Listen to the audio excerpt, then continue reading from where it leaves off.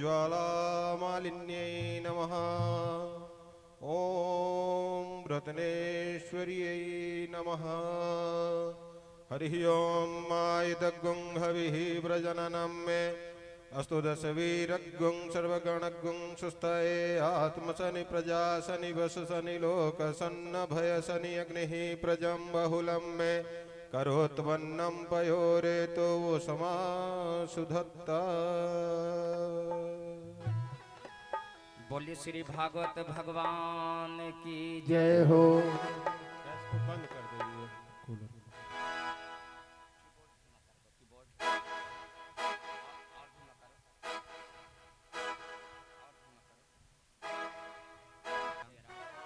बोलिए बांके बिहारी लाल की जय हो। कि श्री भागवत भगवान की है आरती, पापियों को पाप से है तारती। श्री भागवत भगवान की है आरती, पापियों को पाप से है तारती। श्री भागवत भगवान की है आरती, पापियों को पाप से है तारती। पापियों को पाप से, पापियों को पाप से, हाय पापियों को पाप से, पापियों को पाप से श्री भागवत भगवान की है आरती, पापियों को पाप से है तारती। श्री भागवत भगवान की है आरती, पापियों को पाप से है तारती। ये अमर ग्रंथ ए मुक्ति पंथ ये पंचम वेद निराला है, नौ ज्योति जगाने वाला है। नव ज्योति जगाने वाला है, नव ज्योति जगाने वाला है। हरि नाम यही हरि धाम यही, हरि नाम यही हरि धाम यही, जग के मंगल की आरती, जय। पापियों को पाप से है तारती।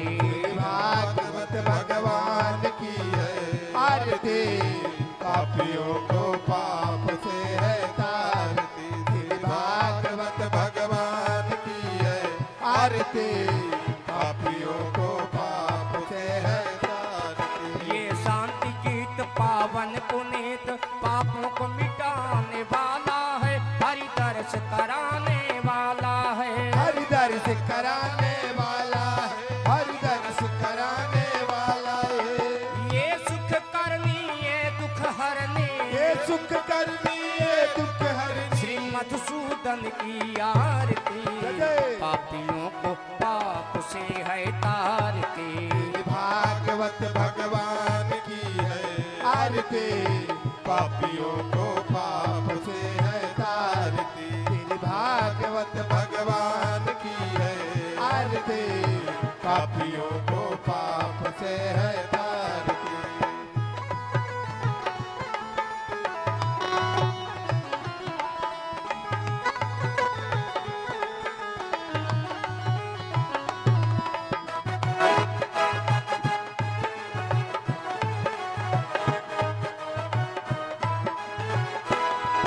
ये मधुर बोल सज पंथ खोल, सन्मार्ग दिखाने वाला है, बिगड़ी को बनाने वाला है। बिगड़ी को बनाने वाला है, बिगड़ी को बनाने वाला है। है राम यही घनश्याम यही, है राम यही घनश्याम यही, प्रभु के महिमा की आरती, पापियों को पाप से है तारती। भागवत भगवान की है आरती, पापियों को पाप से है तारती। श्री भागवत भगवान की है आरती, पापियों को पाप से है तारती। ओ पापियों को पाप से है तारती। पापियों को पाप से है तारती। बोले श्री भागवत भगवान की जय हो, श्री व्यास भगवान की जय हो।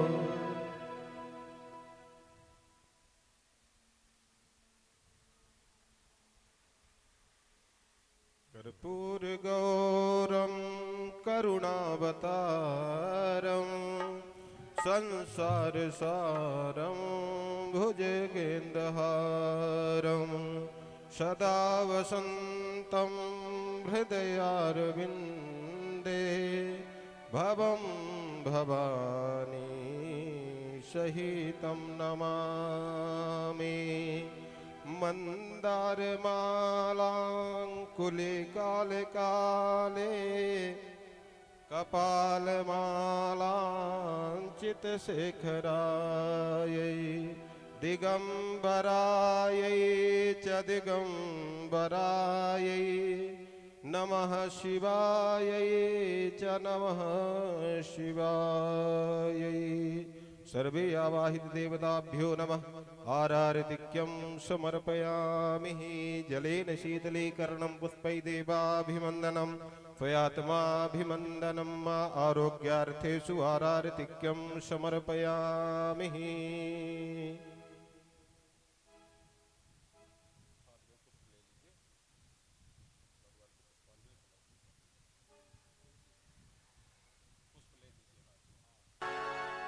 मिलती है सदगुरु की संगत कभी कभी अरे मिलते हैं सदगुरु की संगत कभी कभी मिलते हैं सदगुरु की संगत कभी कभी मिलती है सदगुरु की गुरु की संगत कभी कभी अरे मिलती है सदगुरु की संगत कभी कभी चढ़ती है मन में श्याम की सीधी राधे सीधी राधे सीधी राधे सीधी राधे चढ़ती है मन में श्याम की रंगत कभी कभी हर चढ़ती है मन में श्याम की रंगत कभी कभी चढ़ते हैं मन में श्याम की रंगत कभी कभी मिलती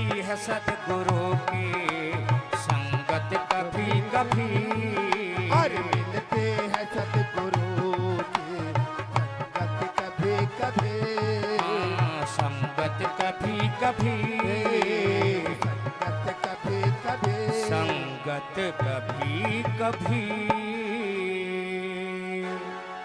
जय श्री राम, जय श्री राधे।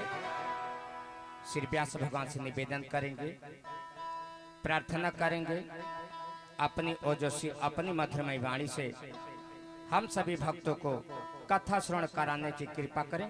श्री महाराज जी बोलिए गुरुदेव भगवान की जय हो। जय श्री गणेशाय नमः।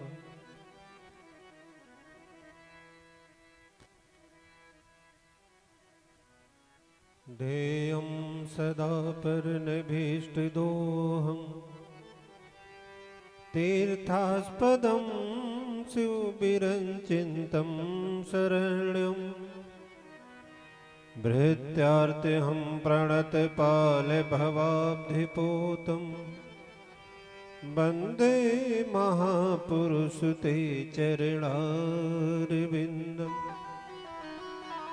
श्री सच्चिदानंद घन स्वरूपिण कृष्णाय चानंद सुखाभिवर्षिणे विशोधवस्थान निरोध हेतवे नुमो वयं भक्तिरसापीनिशुम्।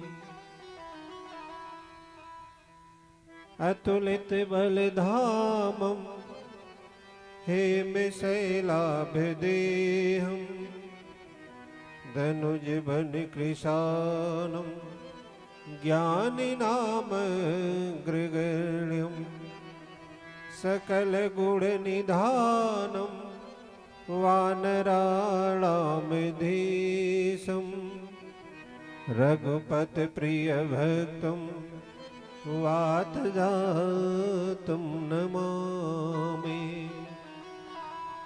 नारायणं नमस्कृत्य नरं चैव नरोत्तमं देवी सरस्वती व्यासं ततो जयमुदीरये।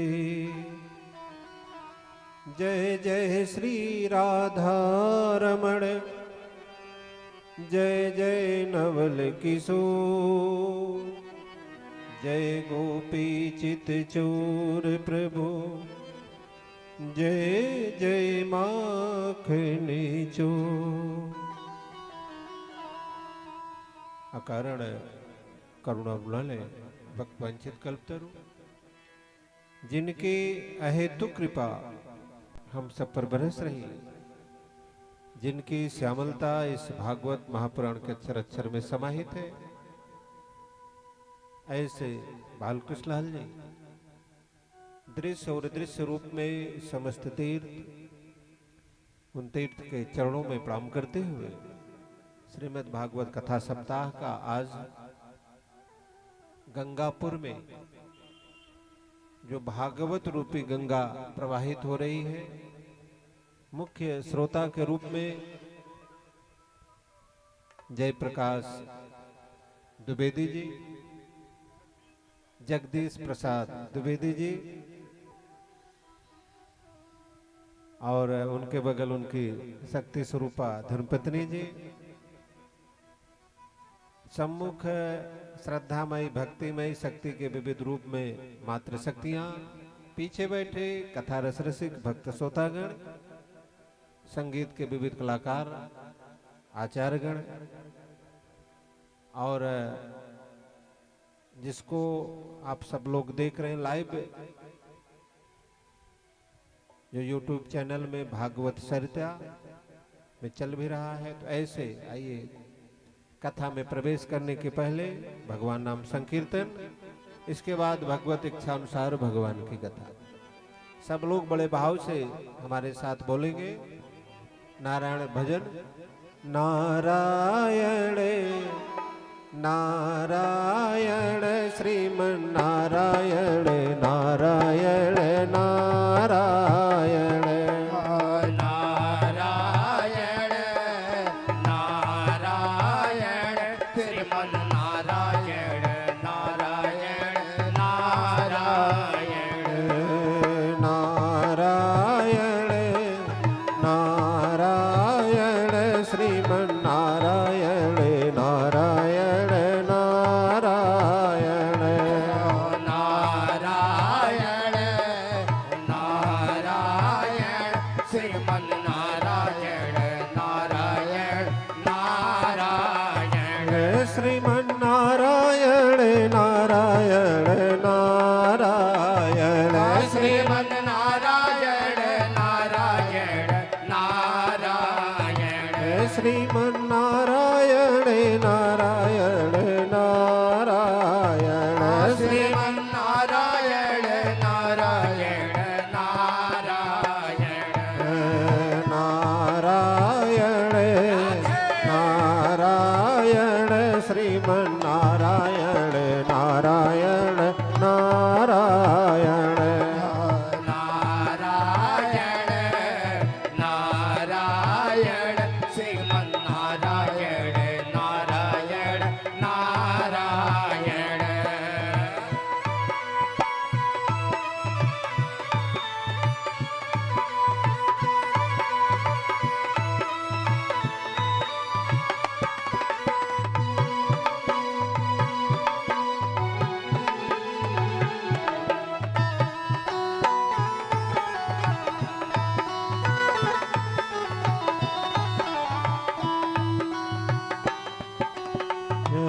लक्ष्मी नारायण नारायण नारायण लक्ष्मी नारायण नारायण नारायण गोविंद नारायण नारायण नारायण गोविंद नारायण नारायण नारायण नारायण नारायण श्रीमन नारायण नारायण नारायण हर नारायण नारायण गोविंद नारायण नारायण नारायण भजमन नारायण नारायण नारायण भजमन नारायण श्री हरि नारायण नारायण नारायण श्री हरि नारायण नारायण नारायण गंगे नारायण नारायण नारायण गंगे नारायण नारायण नारायण नारायण नारायण श्रीमन नारायण नारायण नारायण नारायण नारायण श्रीमन नारायण नारायण नारायण लक्ष्मी नारायण नारायण नारायण लक्ष्मी नारायण नारायण नारायण गोविंद नारायण नारायण नारायण गोविंद नारायण नारायण नारायण नारायण नारायण श्रीमन नारायण नारायण नारायण नारायण नारायण गोविंद नारायण नारायण नारायण भजमन नारायण नारायण नारायण गोविंद नारायण नारायण नारायण नारायण नारायण नारायण नारायण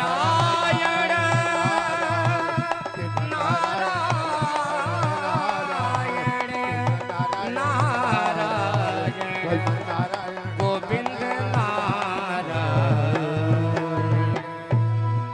बोले लक्ष्मी नारायण भगवान की जय हो द्वारिकाधीश भगवान की जय हो सब संतन की जय हो सब भक्तन की जय हो गंगा मैया की जय हो श्री स्वामी जी महाराज की जय हो संत बलवंत हनुमंत लाल की जय हो आइए भगवान की कथा में प्रवेश करें। प्रथम स्कंद मंगलाचरण और जो मंगलाचरण का प्रथम श्लोक है कि जन्मान्दस्य यतो न्यादेषु चार्थेष्वभिज्ञः स्वराट् तेने ब्रह्महृदय च आदिकवये मुह्यन्त यत् सूरयः तेजो भारमृदा यथा विनिमयो यत्र सर्गो मृषा धाम्ना स्वेन सदा निरस्तकुहकम् सत्यं परम धीमहि। यानी मंगलाचरण में, मंगलाचरण यानी विषय सूची। अच्छा, विषय सूची। अब श्रीमद् भागवत की कथा में द्विवेदी जी, अब ये होगा कि किस भगवान की कथा सुनेंगे। ऐसे आप सर्विस में रहे तो पूरा एक बनाते रहेंगे कि इसमें क्या है। हर व्यक्ति चाहे पढ़ने वाले सबका एक अपना क्रम होता है। उसी तरह से इस विषय सूची में यानी श्रीमद् भागवत में हम किस भगवान की कथा सुनेंगे, इसका नाम नहीं लिखा है वेदव्यास।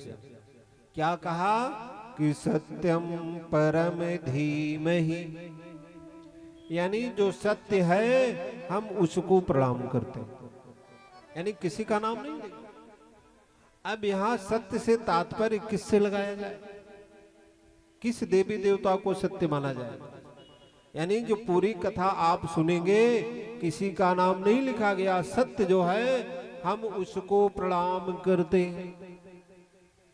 अच्छा, वो सत्य है कैसे, विशेषता क्या बता रहे महाराज कि जन्मान्दस्य यतः, यानी वो सत्य स्वरूप भगवान क्या है कि अस्य विश्वस्य यतो यस्माद् जन्म स्थित भंगा भवन्तु, यानी इस विश्व की उत्पत्ति और अंत में ये विश्व जिसमें समाहित हो जाता है, यानी ये विश्व जिसमें लीन हो जाता है, उस परम सत्य परमात्मा का हम ध्यान करते। नाम यहाँ भी नहीं लिखा। और उसकी विशेषता क्या है महाराज, जन्मांतस्य यतः। भगवान क्या है?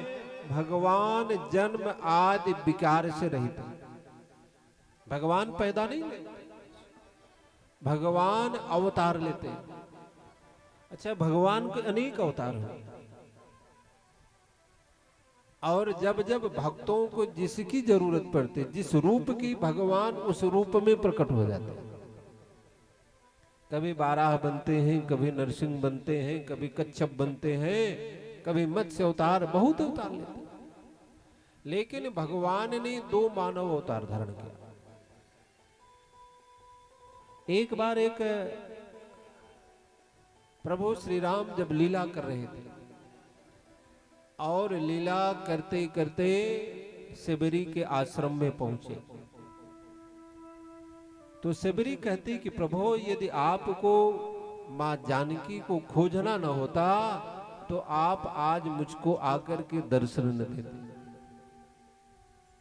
भगवान कहते नहीं भैया, ऐसी बात नहीं। कहा तब? कहा ये तो मैं जान रहा हूं, जानकी कहाँ है, सीता कहाँ है। तो कहा फिर? कहा ये तो मैं लीला कर रहा हूं,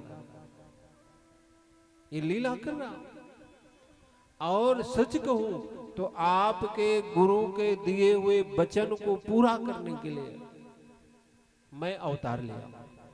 क्योंकि जब हम इस धरा पर आए भी नहीं थे तब शिबरी के गुरु कौन थे? मतंग मुनि। मतंग मुनि कह करके गए थे कि शिबरी इंतजार करना, एक दिन भगवान आकर के तुमको दर्शन निश्चित देंगे। तो मैं आपके गुरु के दिए हुए वचन को कैसे मिथ्या कर सकता, कैसे झूठा कर सकता? और आपके गुरु के दिए हुए वचन को पूरा करने के लिए मैं अवतार लिया। अरे तो मैं जान रहा हूं कि जानकी का, यानी भगवान जो जन्म आदि विकार से रहित हैं। भगवान का जन्म नहीं होता, भगवान में किसी के प्रकार का कोई विकार नहीं, कोई इच्छा नहीं, कोई मन नहीं, कोई भाव नहीं। वो भक्तों के अनुसार ढल जाते हैं महाराज। कभी कन्हैया बन जाते, कभी माखन चोर बन जाते, तमाम रूप धारण करते हैं भगवान। तो फिर भगवान जो जन्म आदि विकार से रहित हैं तो क्या करते हैं? यतः वासुदेव गृहे जन्म।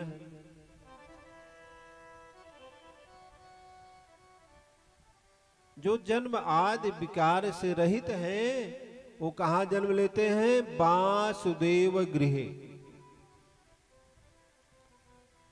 अब यहां घर किसको कहते? कंस के कारागार में वासुदेव बंदी थे, तो कंस के कारागार को घर क्यों कहा?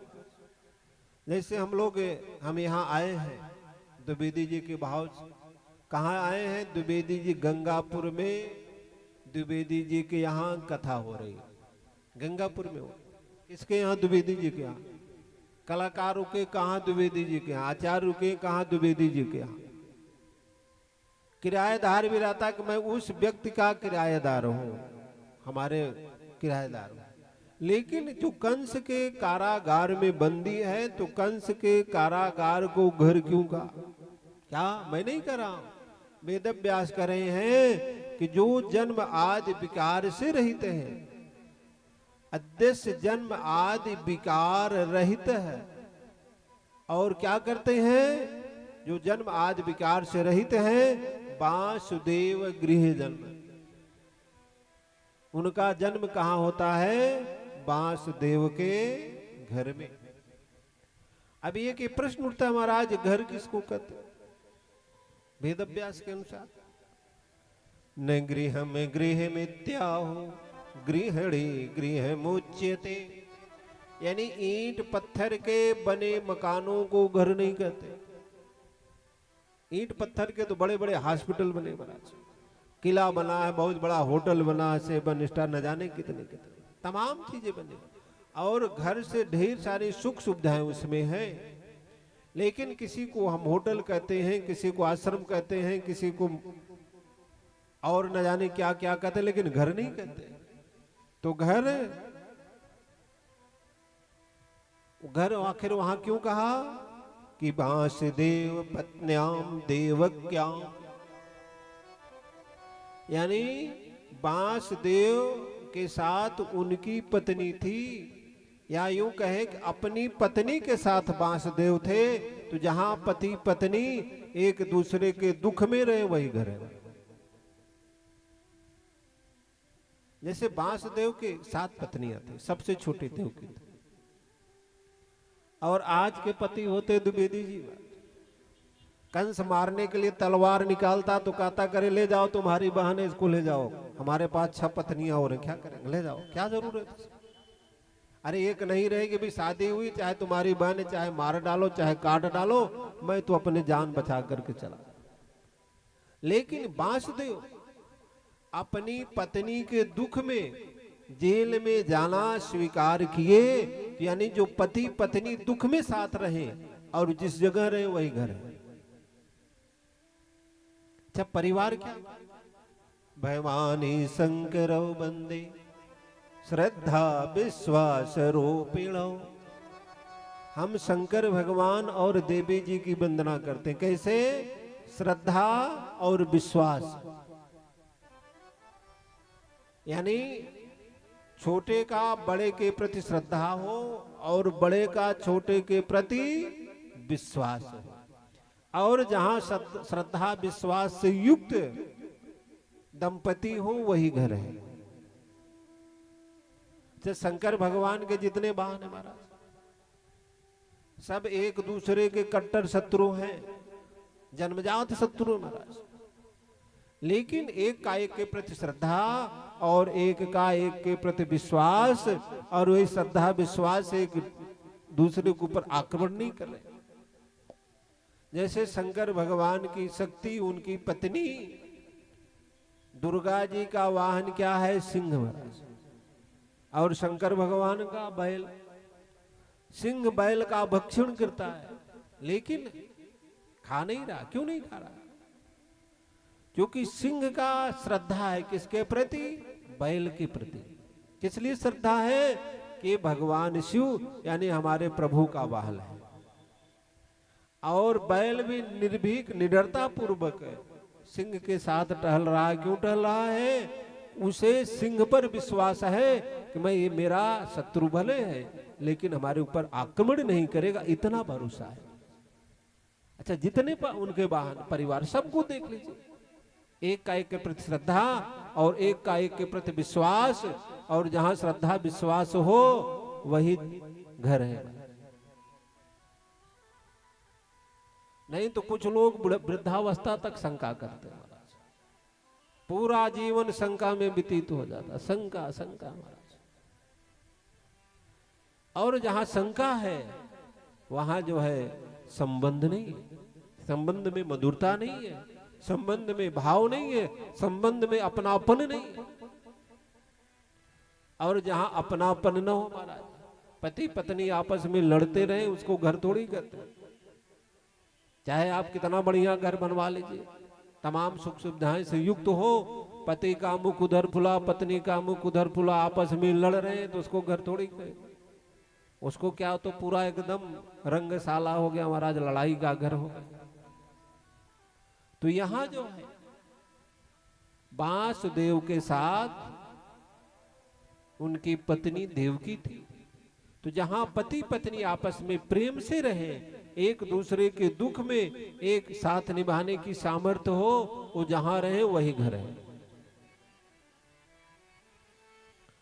अब यहाँ अभी भी भगवान यहाँ नाम नहीं लिए कि किसकी कथा है, आप श्रवण करेंगे। और अच्छा, सत्य से तात्पर्य किससे लगाया जाए,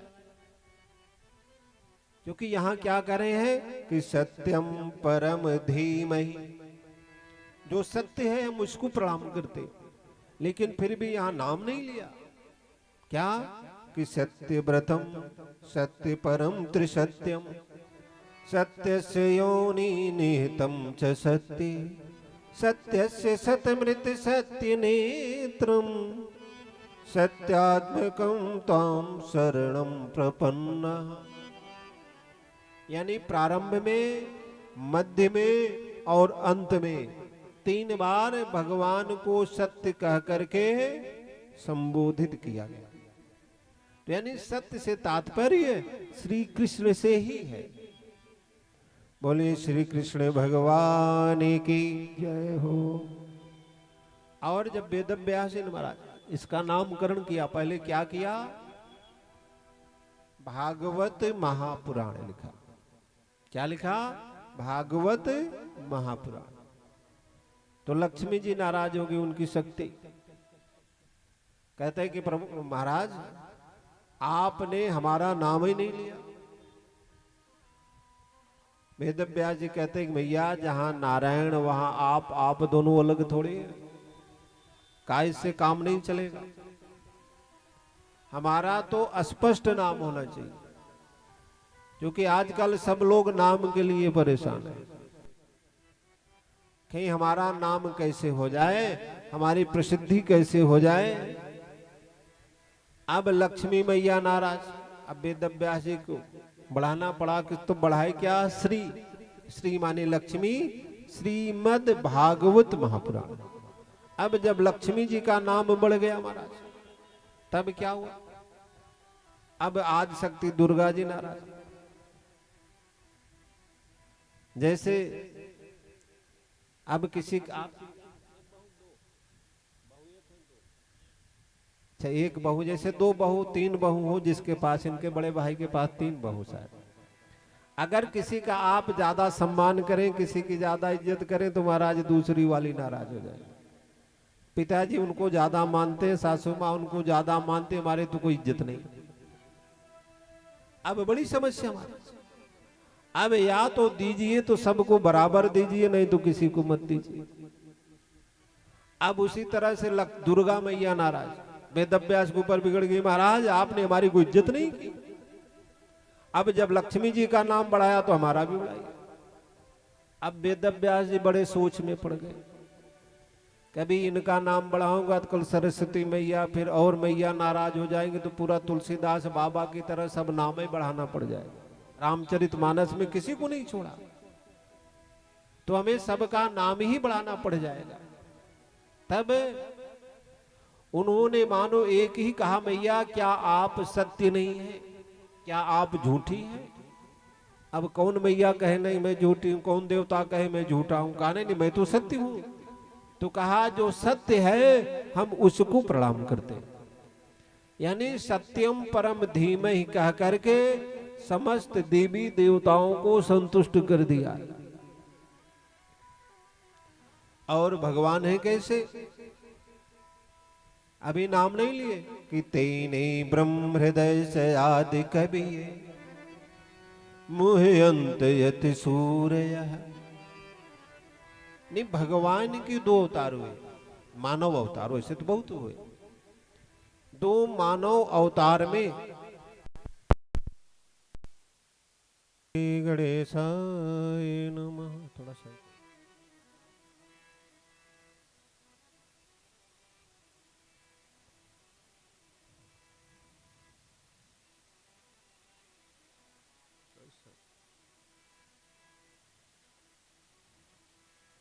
नहीं, जिनकी लीला देख करके तेने ब्रह्म हृदय से आदि कविये मुहे अंत यत सूर्य। जिनकी लीला को देख करके विधाता ब्रह्मा में आश्चर्यचकित हो जाते हैं। ये से जो है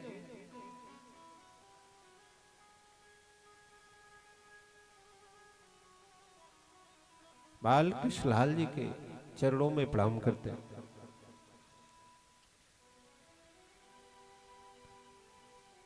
अब तो ये सत्य से तात्पर्य हुआ कि हम जिसकी कथा सुन रहे हैं, सत्य से अर्थ श्री कृष्ण भगवान से है। और भगवान की कथा समझने के लिए हमारे अंदर विशेषता क्या होनी चाहिए? जो दूसरा श्लोक, धर्म प्रोक्षित कैतोवत परमो निर्मत्सराणाम सताम वेद्यम वास्तमस्त वसु शिवदं तापत्रयोन्मूलनम्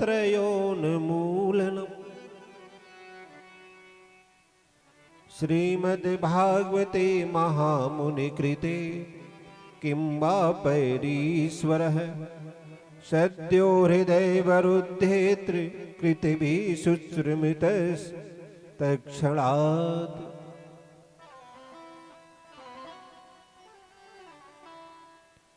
यानी श्रीमद् भागवत की कथा उन्हीं की समझ में आएगी।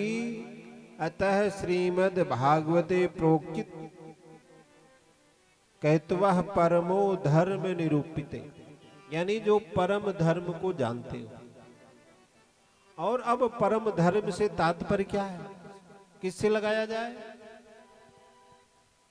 परम धर्म यानी जो निष्कपट संत है, जिनके हृदय में जरा सा भी कपट नहीं है, उन निष्कपट संत के जानने योग्य श्रीमद् भागवत की कथा।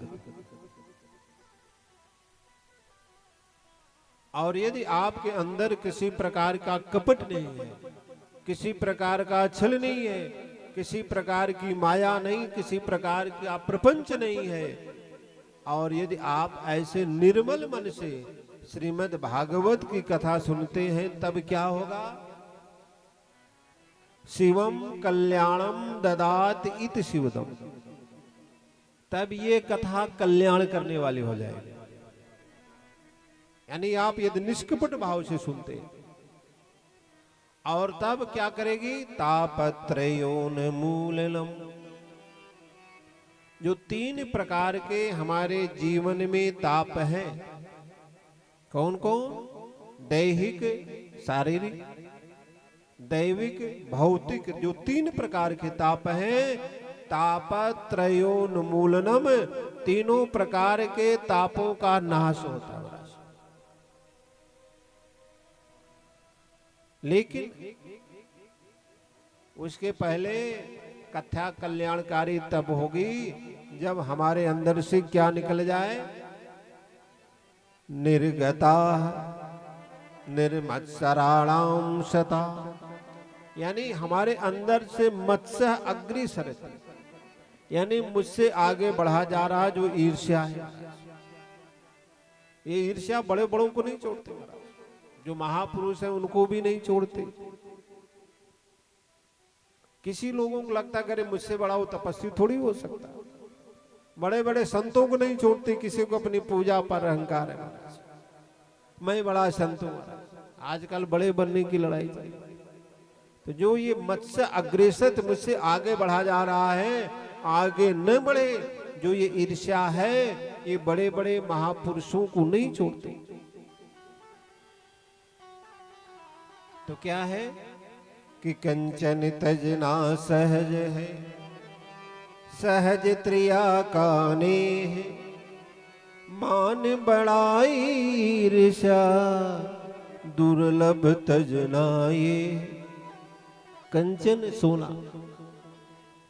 पीली पीली चमकीली धातु कितना भी रेट बढ़ जाए, लेकिन किसी स्वर्णकार की दुकान बंद नहीं हुई।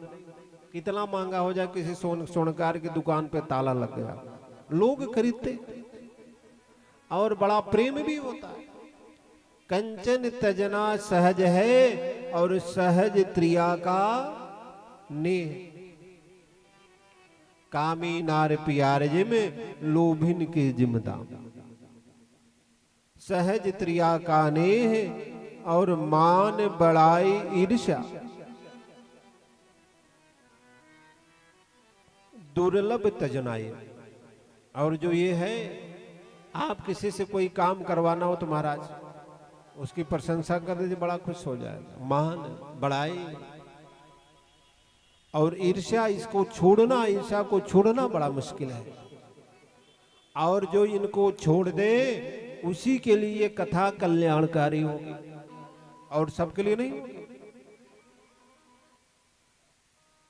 अब वेद व्यास जी ने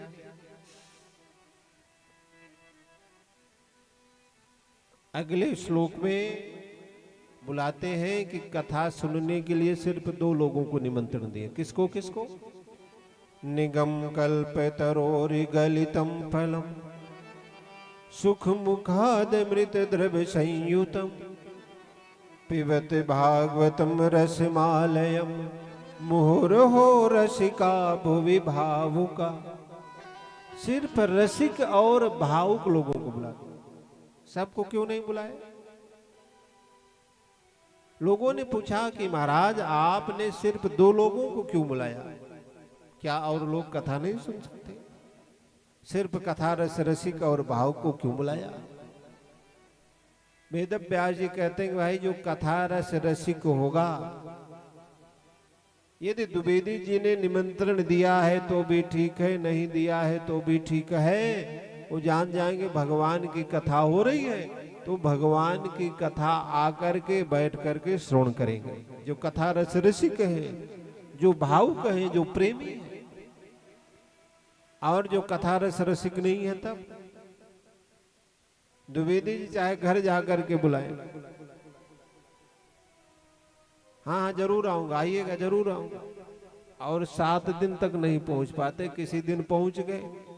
तो कुछ लोग कथा में व्यवहार निभाने के लिए आते हैं। आए देखे द्विवेदी जी, देख लिए, पहुंच गए, चले गए महाराज। कुछ लोग व्यवहार निभाने के लिए, कुछ लोग कमियां निकालने के लिए, कुछ लोग किसी और उद्देश्य से आते हैं।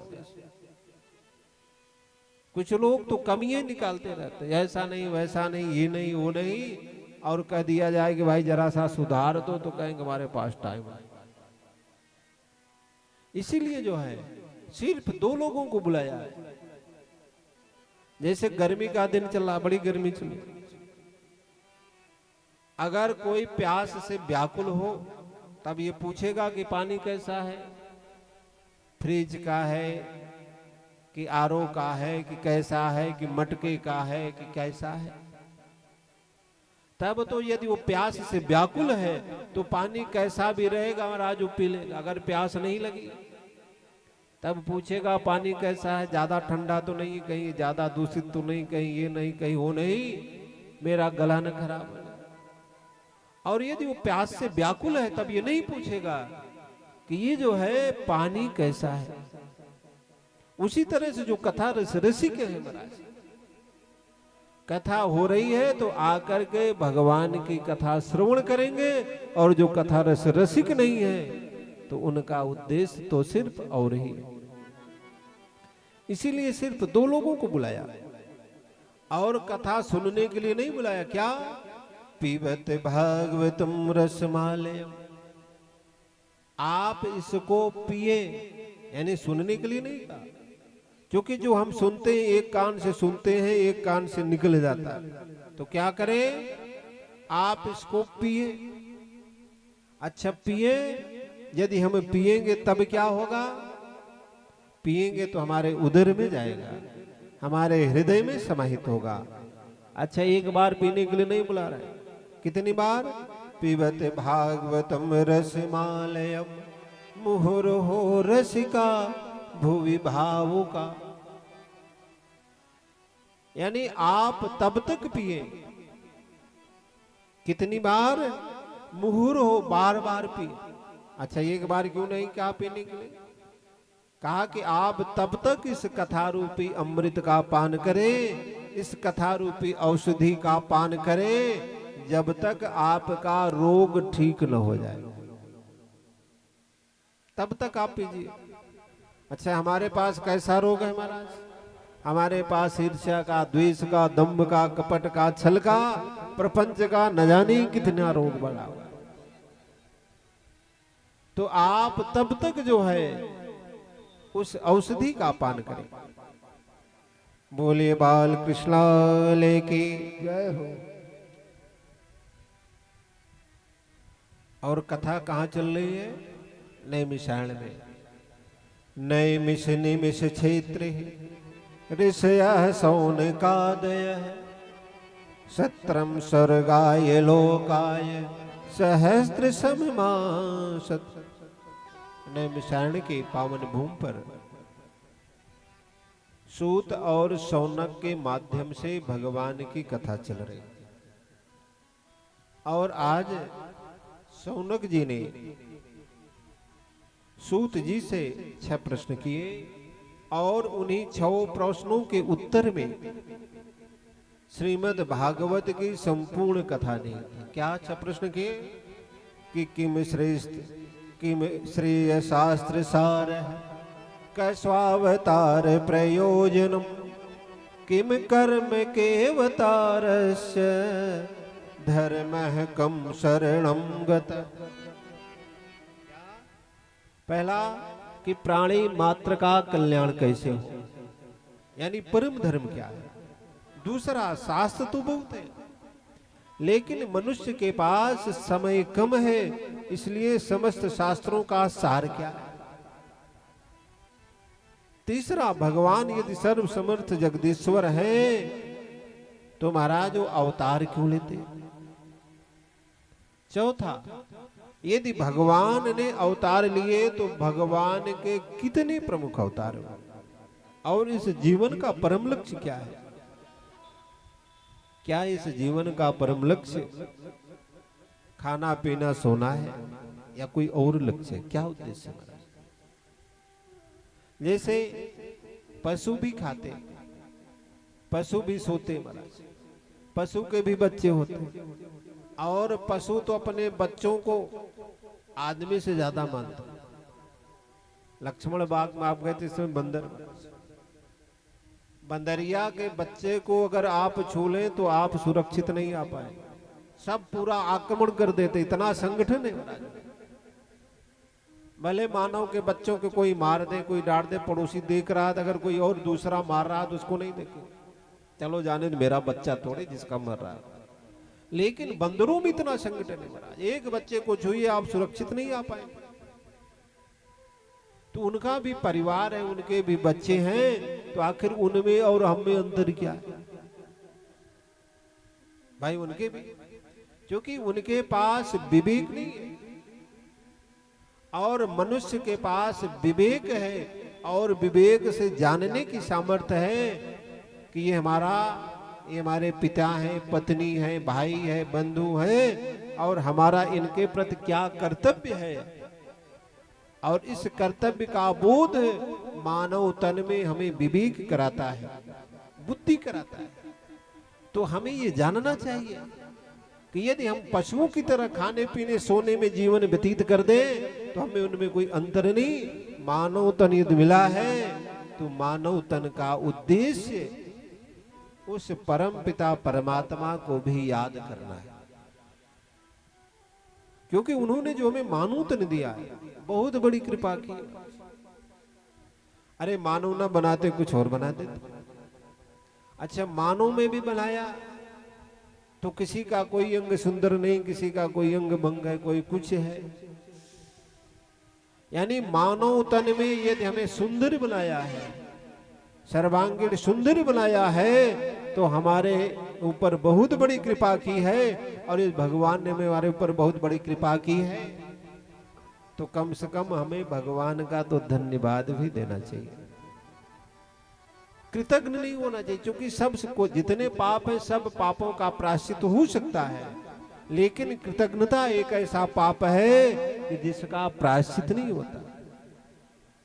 यानी भगवान ने कृपा की तो भगवान का नाम जब, भगवान का ध्यान, भगवान की कृपा का हम उन्हें धन्यवाद दे। तो इस तरह से। और 6वां प्रश्न, भगवान धर्म की स्थापना के लिए आते हैं और जब भगवान लीला संपन्न करके चले जाते हैं तो फिर यह धर्म किसकी शरण में जाता है। यही 6 प्रश्न किए और इन्हीं 6 प्रश्नों के उत्तर में संपूर्ण भागवत की कथा निहित है महाराज।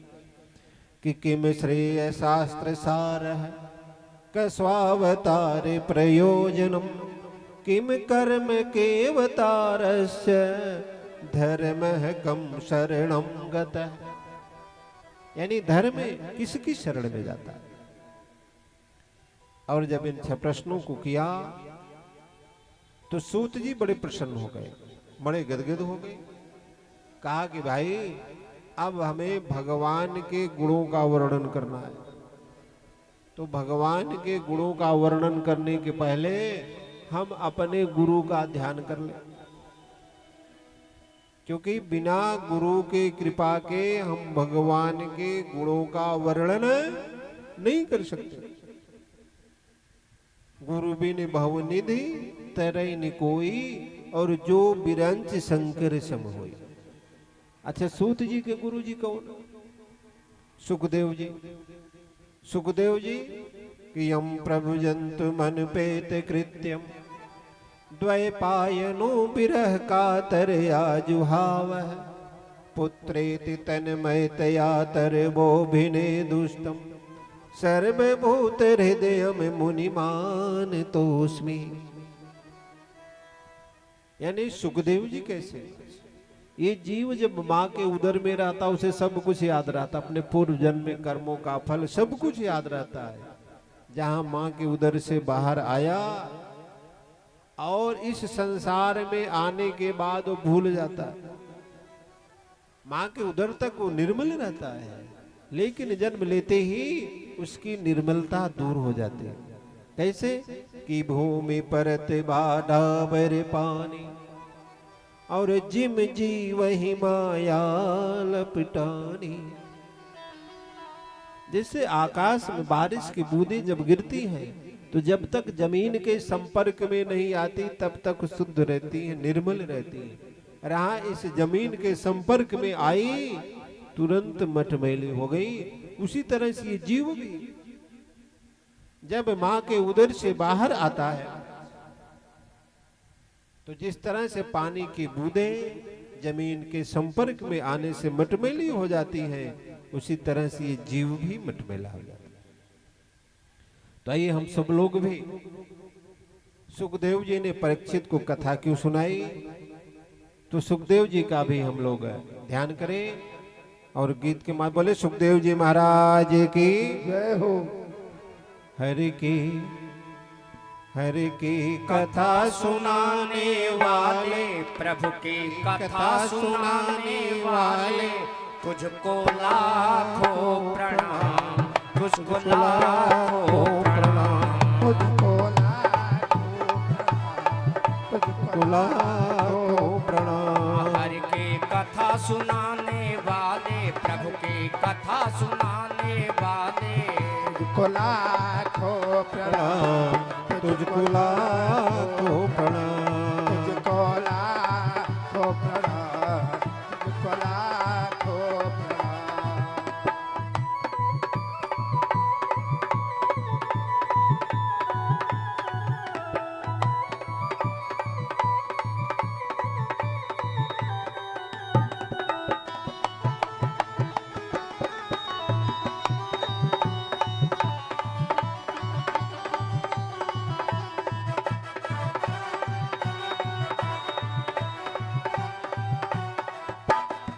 हम पीकर विष का प्याला,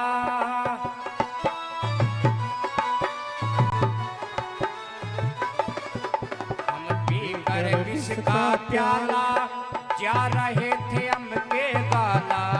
हम पीकर विष का प्याला, जा रहे थे हम के गाला।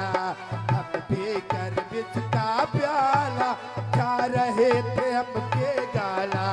ओ सुधा पिलाने वाले, वो सुधा पिलाने वाले, ओ सुधा पिलाने वाले, तुझको लाखों प्रणाम, तुझको लाखों प्रणाम, तुझको लाखों प्रणाम, तुझको लाखों प्रणाम। हरि की की कथा सुनाने वाले, प्रभु की कथा सुनाने वाले, तुझको लाखों प्रणाम, तुझको लाखों प्रणाम, तुझको लाखों प्रणाम, तुझको लाखों प्रणाम।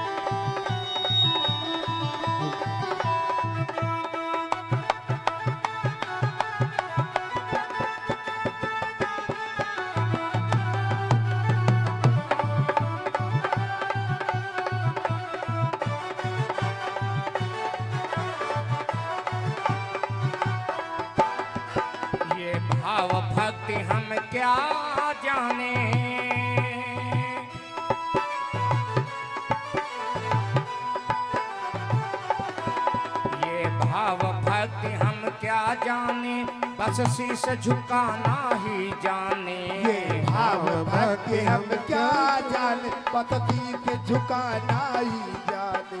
मैं भाव भक्ति हम क्या जाने, पतती के झुकाना ही जाने। ओ मुक्ति दिलाने वाले, ओ मुक्ति दिलाने वाले, ओ मुक्ति दिलाने वाले, तुझको लाखों प्रणाम, तुझको लाखों प्रणाम। तुझको लाखों प्रणाम, तुझको लाखों प्रणाम। कि हर की कथा सुनाने वाले, प्रभु की कथा सुनाने वाले, तुझको लाखों प्रणाम, तुझको लाखों प्रणाम। तुझको लाखों प्रणाम, तुझको लाखों प्रणाम। हाँ, तुझको लाखों प्रणाम, तुझको लाखों प्रणाम। बोले सुखदेव जी महाराज की जय हो, बोले सुखदेव जी महाराज की जय हो। और इस तरह से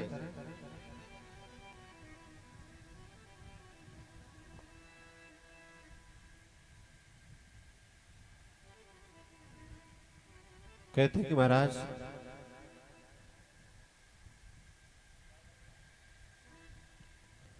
सुखदेव जी ने परीक्षित जी को कथा क्यों सुनाई और हमें परीक्षित के बारे में बताएं।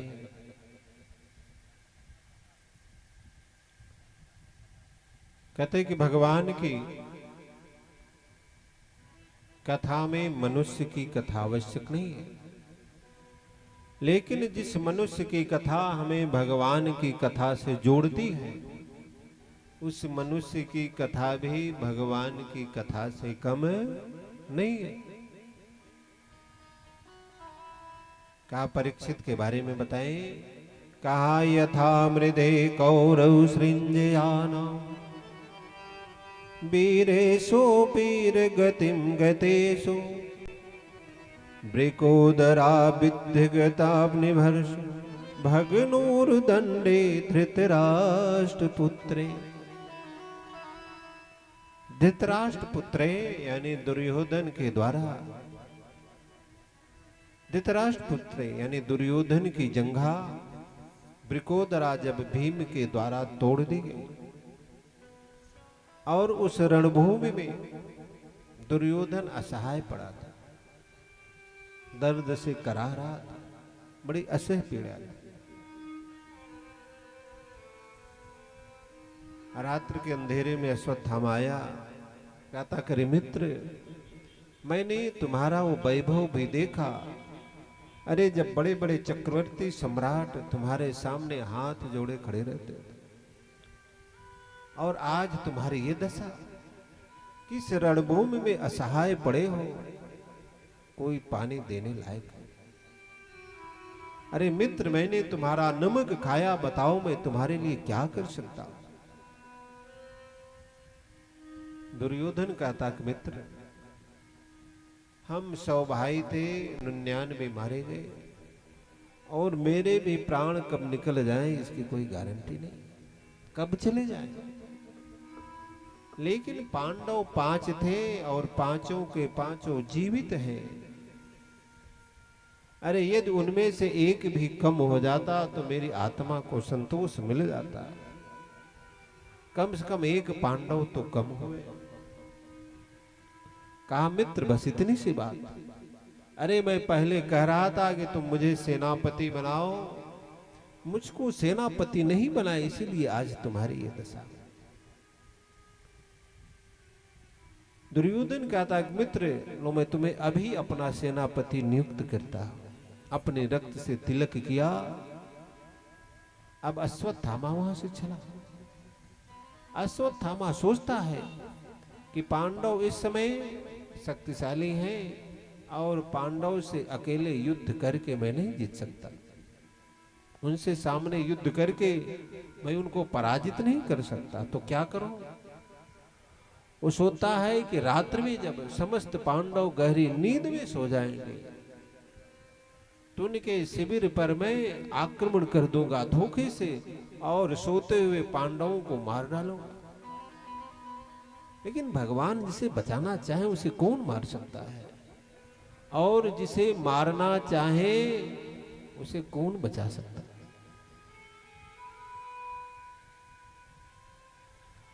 अश्वत्थामा रात के अंधेरे में चला और उधर भगवान कहते हैं कि पांडव आज विजय की पहली रात्रि है, चलो शिविर से बाहर कहीं धूमधाम से मनाएंगे। पांचों पांडव को लेवा करके गए और उन पांचों पांडव की सोनी सैया पर पांचों पांडव पुत्र जो देखने में पांडवों के ही समान थे आकर सो गए पिता की सैया पर। अश्वत्थामा रात में आक्रमण किया और पांडवों की सैया पर पांचों पांडव पुत्र जो देखने में पांडवों के ही समान थे, पांडव समझ करके चुपके से उनके सिर को काट देता और लेकर के आया। और जब लेकर के आया दुर्योधन देखता कहता करे, पहले तो बड़ा तेज हंसा कि पांडव मारेंगे, लेकिन फिर सोचता है कि पांडव इतने आसानी से नहीं मर सकते। कहा करे मित्र जरा मेरे पास लाओ। और जब देखा ध्यान से कहा रे मित्र तूने क्या कर दिया? अरे इन बालकों ने हमारा क्या बिगाड़ा था जो इनको मार डाला? अरे अब तो हमारे कुल में कोई पानी देने लायक भी नहीं बचा। और इसी दुख में दुर्योधन के प्राण निकल जाते हैं। और इधर जब द्रौपदी आकर के देखती है कि माता शिशूनाम निधनम सुतानाम निशम्य घोरम परितम्य माना, द्रौपदी आकर के ऐसी अवस्था देखती है, चिघाड़ मार करके रोती है, बड़ा करुण क्रंदन गिरती है, बड़ा तेज रोती है। इतना तेज रोई कि उनके रोने की आवाज सुन करके पांचों पांडव आ गए। और पांडव अर्जुन ने जब ये दृश्य देखा तो उन्हें बड़ा क्रोध आया, बड़ा दुख। अर्जुन कहते करे जिसने हमारे पुत्रों को मारा, द्रौपदी मैं प्रतिज्ञा करता हूं कि मैं उसे तुम्हारे सामने ला करके मृत्यु दंड दूंगा, तुम्हारे सामने ही मारूंगा। भीम कहते कि यदि किसी तरह इनकी अर्जुन की गांडीव से बच जाएंगे तो हमारी गदा उनको जीवित नहीं छोड़ेंगे। अर्जुन द्वारिकाधीश द्वारा संचालित रथ पर बैठ कर पीछा करते और अश्वत्थामा को पकड़ते। अश्वत्थामा को जब पकड़े भगवान कहते कि अर्जुन इसको पकड़ क्यों रखा है?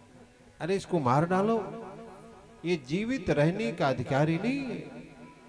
मत्तम प्रमप्त सुप्तम बाल स्त्रियम जड़म प्रपन्नम बिरथम मीतम नरिपुहंतिम धर्मविद। अरे ये हमारे धर्म शास्त्र में लिखा गया है कि जो मतवाले को मारे, जो पागल को मारे, जो बालक को मारे, जो सोए हुए व्यक्ति को मारे, जो स्त्री को मारे, ऐसे व्यक्ति को मृत्यु दंड दे देना चाहिए। ये जीने के अधिकारी नहीं है। और तो इनको छोड़ क्यों रहा है? अर्जुन कहते मैंने मृत्यु दंड दूंगा, लेकिन मैं द्रौपदी के सामने प्रतिज्ञा किया, द्रौपदी के सामने ही मारूंगा। भगवान कहे भाई जैसे तुम्हारी इच्छा। अब अश्वत्थामा को रथ पर बांध कर घसीटते हुए लेकर के आते हैं। और जब शिविर में पहुंचे तो द्रौपदी देखती करे रथ के पीछे मेरे गुरु पुत्र बंधे हुए। अरे दौड़ करके आई, अपने दुख को भूल गई, छोड़ने लगी कि मुंचितम मुंचिता में ब्राह्मणों नित राम गुरु मरे। छोड़ दो, छोड़ दो। भगवान कहते करे द्रौपदी, अर्जुन कहते करे द्रौपदी तो ये क्या करे? अरे ये तुम्हारे पुत्र का हत्यारा है, ये मेरे बालकों का हत्यारा है, तुम इसे छोड़ने के लिए करी? तुमको नहीं लगता कि इसने कितना अपराध किया है? अरे तुम्हें इस बात का दुख नहीं है? तुम्हारे पुत्र मारे गए। द्रौपदी कहती कि आज मैं जान गई कि पुत्र के मरने का शोक क्या होता है। आज मैं इस पीड़ा को समझ गई। अरे जो दुख मुझे मिल रहा है वो मैं नहीं चाहती कि हमारी गुरु मां को मिले। और फिर ये ब्राह्मण है, ब्राह्मणों नितराम गुरु। अरे एक तो ब्राह्मण, दूसरे हमारे गुरु पुत्र हैं। अरे गुरु का पुत्र ही गुरु के ही समान होता है। अरे तुम अपने गुरु के द्वारा किए गए उपकारों को भूल गए कि जो उन्होंने तुम्हारे साथ किया, इस उपकार को तुम भूल गए। अरे जो विद्या उन्होंने अपने पुत्र को नहीं बताई, जो अपने पुत्र को नहीं सिखाई वो तुमको सिखाई, तो क्या यही अपनी गुरु दक्षिणा दे रहे हो? अपने गुरु के पुत्र का वध करोगे? अरे छोड़ दो। अब अर्जुन कहते करे देवी मेरी प्रतिज्ञा का क्या होगा? भीम कहते करे मेरी प्रतिज्ञा का क्या होगा? अब इधर दोनों लोग कह रहे और द्रौपदी कहते कुछ भी हो मैं इनको मरने नहीं दूं। अब जब विवाद बढ़ा इतने में धर्मराज युधिष्ठिर आ गए। धर्मराज युधिष्ठिर कहते हैं करे अर्जुन द्रौपदी ठीक कह रही है, ये हमारे गुरु पुत्र हैं और गुरु का पुत्र गुरु के ही समान होता, छोड़ दो इनको, मारो मत, छोड़ दो छोड़ दो। और बार बार कहने लगे। धर्मराज युधिष्ठिर कहते हैं कि मारो मत। अब महाराज विवाद बढ़ गया। द्रौपदी धर्मराज युधिष्ठिर एक तरफ और अर्जुन और भीम एक तरफ। भीम कहते मेरी प्रतिज्ञा का क्या होगा? अर्जुन कहते मेरी प्रतिज्ञा का क्या होगा? द्रौपदी और धर्मराज युधिष्ठिर कहते हैं कि कुछ भी हो, ब्राह्मणों नितराम गुरु, ये हमारे गुरु पुत्र हैं, गुरु का पुत्र गुरु के ही समान होता है, मैं इनको मारने नहीं दूं। अब महाराज दो लोग एक तरफ जब विवाद बढ़ गया तब कहां गए? धर्मराज युधिष्ठिर के पास गए, ओ द्वारिकाधीश कृष्ण के पास अर्जुन गए। कहा महाराज तो बड़ा संकट आ गया, हमारे भैया और द्रौपदी कह रही है कि इनको मत मारो, गुरु के पुत्र हैं, गुरु के समान होते हैं। अब ना मारो तो हमारी प्रतिज्ञा का क्या होगा? भगवान कहते कि अरे जहां विवाद ज्यादा बढ़ जाए तब वहां हमें अपने धर्म शास्त्र का सहारा लेना चाहिए। तो कहा महाराज आपका धर्म शास्त्र क्या कहता है जरा बताएं। कहते भाई जो धर्म शास्त्र कह रहा मैं बता दे रहा हूं। कहा क्या कहता है कि ब्रह्म बंधुर्न हंतव्यम आतताई बधारण। ब्रह्म बंधुर्न हंतव्यम, ब्राह्मण को कभी मृत्यु दंड नहीं देना चाहिए। दूसरा आतताई को जीवित नहीं छोड़ना चाहिए। अब अर्जुन कहते कि महाराज एक बात बताएं, मैं क्या करूं क्या ना करूं। भगवान कहे भाई जो हमारे धर्मशास्त्र में लिखा है मैं बता दिया, अब तुम जो तुम्हारी समझ में आए तुम करो। यानी भगवान ने दोनों बात कह दी। पहली बात यह कि आतताई को जीवित नहीं छोड़ना चाहिए और ब्राह्मण को मृत्यु दंड नहीं देना चाहिए। तो क्या करें? अब अर्जुन और भगवान द्वारिकाधीश का एक संबंध गुरु शिष्य का भी। महाभारत के युद्ध के प्रारंभ में गीता का उपदेश दी करके उनको अपना शिष्य बनाया और महाभारत की समाप्ति पर मानो परीक्षा ले रहे हैं। क्या करें? अब तब ये निर्णय लिया गया महाराज। अर्जुन समझ गए कि सम्मानित व्यक्ति को शिविर से अपमानित करके निकाल दिया जाए तो जब जब वो अपने उस अपमान को याद करेगा तब तब उसे जो कष्ट होगा वो मृत्यु से कम नहीं होगा, मृत्यु से कम कष्ट नहीं होगा। अश्वत्थामा के मस्तिष्क पे जो मणि थी उसको निकाल करके शिविर से धक्का मार करके निकाल दिया। अश्वत्थामा वहां से चला अपमान के घूंट को पी करके। वो कहता करे पांडवों से मैं भले युद्ध में नहीं जीत सकता लेकिन मैं उनके कुल में किसी को पानी देने लायक भी नहीं छोड़ूंगा, संपूर्ण कुल नाश कर दूंगा। अब चला वहां से। अब वो सोचता है कि इस कुल में आखिर बचा ही कौन? पांचों पांडव पुत्रों को मैं पहले ही मार दिया, अब इस कुल में ये कुल तो वैसे ही नष्ट हो जाएगा। फिर उसे ध्यान आया कि अभिमन्यु के वीर गति के प्राप्त होने पर उत्तरा सती नहीं हुई, क्योंकि उस समय उत्तरा मां बनने वाली थी। मैं उत्तरा के उस गर्भस्थ शिशु को ही नष्ट कर दूंगा। और लक्ष्य करके ब्रह्मास्त्र चलाता। और जब ब्रह्मास्त्र चला उत्तरा के गर्भ को नष्ट करने के लिए, उत्तरा उस समय उस ब्रह्मास्त्र की तपिश से व्याकुल हो गई, बेहवल हो गई। अब उधर नन्हे से परीक्षित, ऐसा लगा कि परीक्षित को लगा कि मेरे प्राण चले जाए।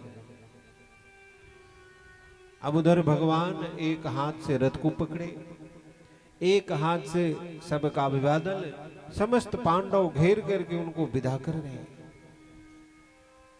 और उसी समय उत्तरा दौड़ करके आई कि पाहि पाहि महायोगिन देव देव जगतपते ज्ञानम त्वदमयं पश्ये यत्र मृत्यु परस्परम। पाहि पाहि महायोगिन, अरे योगराज मेरी रक्षा करें। अरे मुझे अपने प्राणों की चिंता नहीं है। अरे मैं ये वैधव्य जीवन लेकर के वैसे भी नहीं जीना चाहता, लेकिन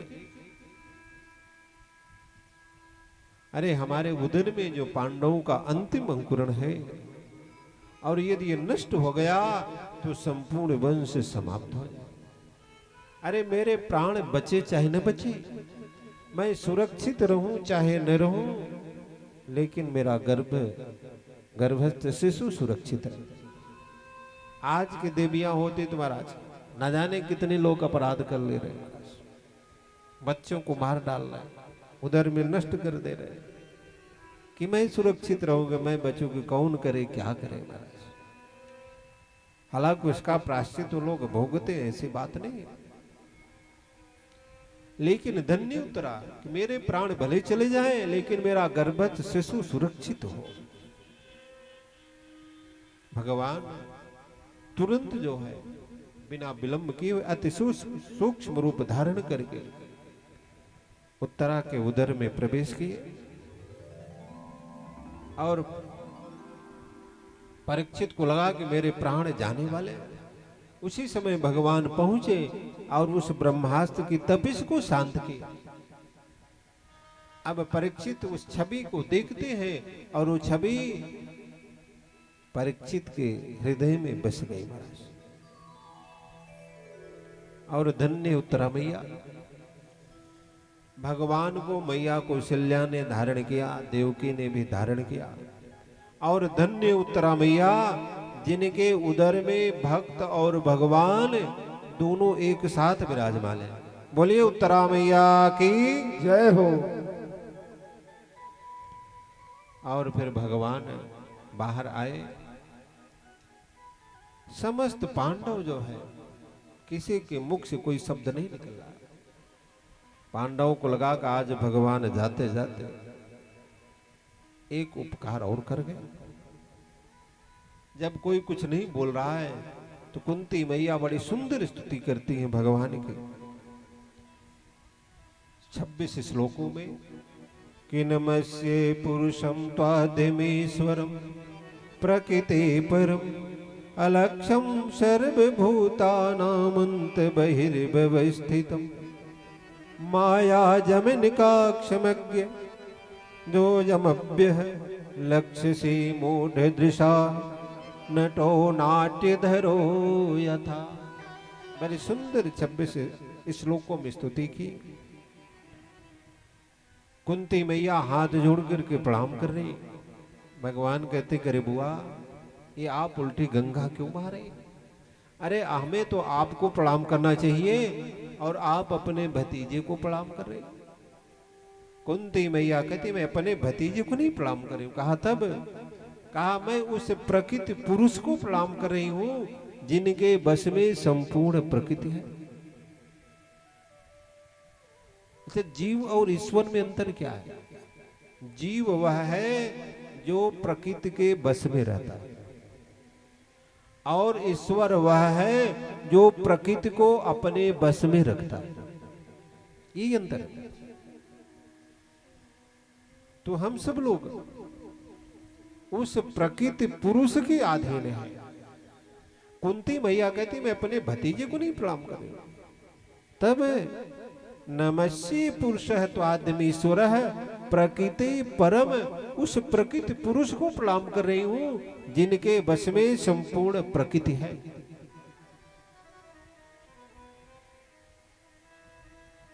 बड़ी सुंदर स्तुति की। तो भगवान कहते हैं कि बुआ जब आपने मुझको भगवान मान लिया है तो एक एक वरदान मांगो। क्या चाहिए आपको मांगो? तो सबसे पहले जो बारी आई किनकी आई?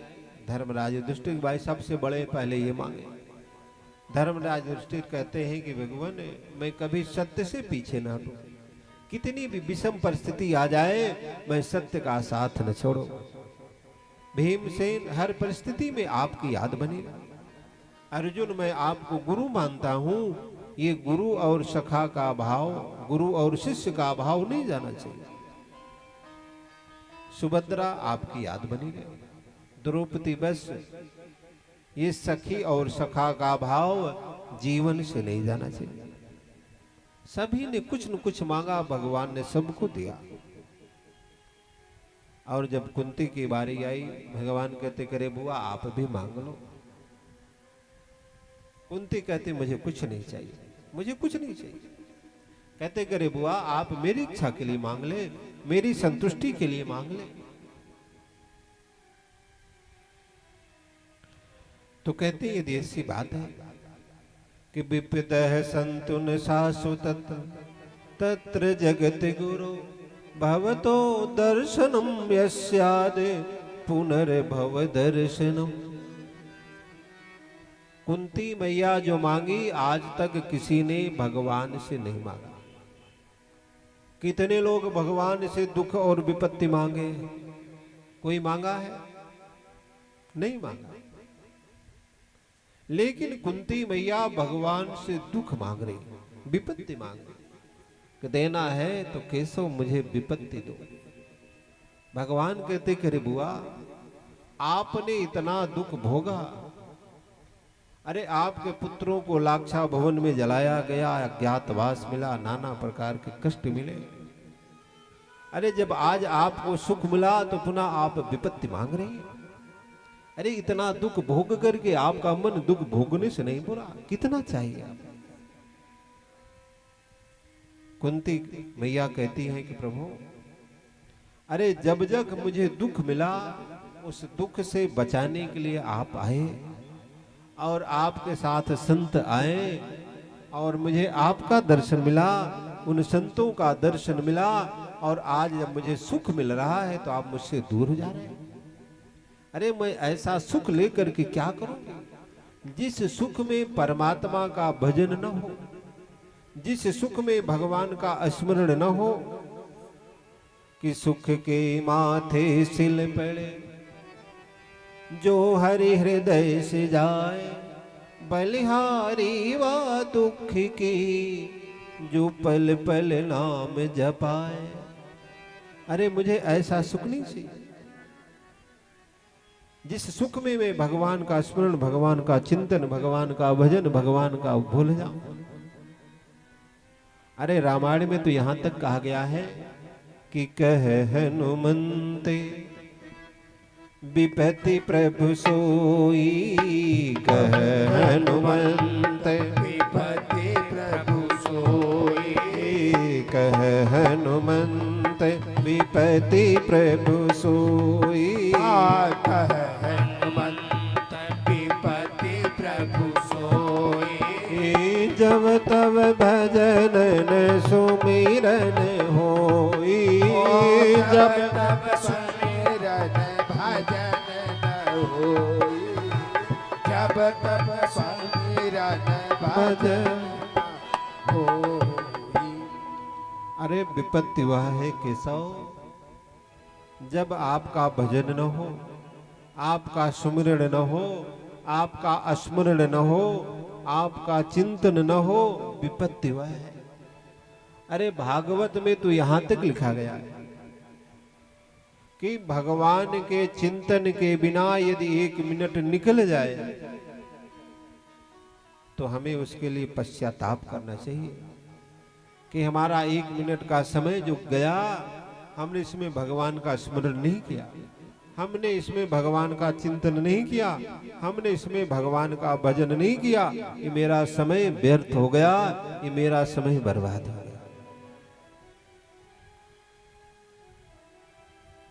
बोले बाल कृष्ण लेके जय हो।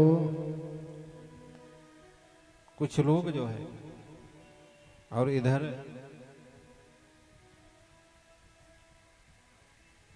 एक दिन प्रभु देखते हैं युधिष्ठिर को, युधिष्ठिर बड़े चिंतित बैठे, बड़े दुखी है। भगवान गए उनको समझाते हैं, करे युधिष्ठिर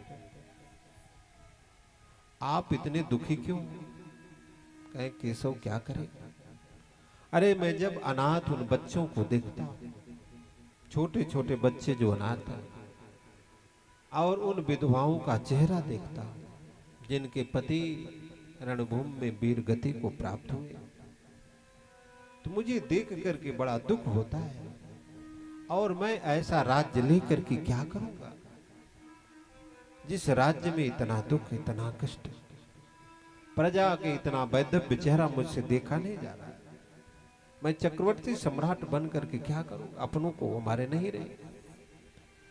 भगवान उनको समझाते, जो गीता का उपदेश उन्होंने अर्जुन को दिया, वही उपदेश उन्होंने धर्मराज युधिष्ठिर को दिया। लेकिन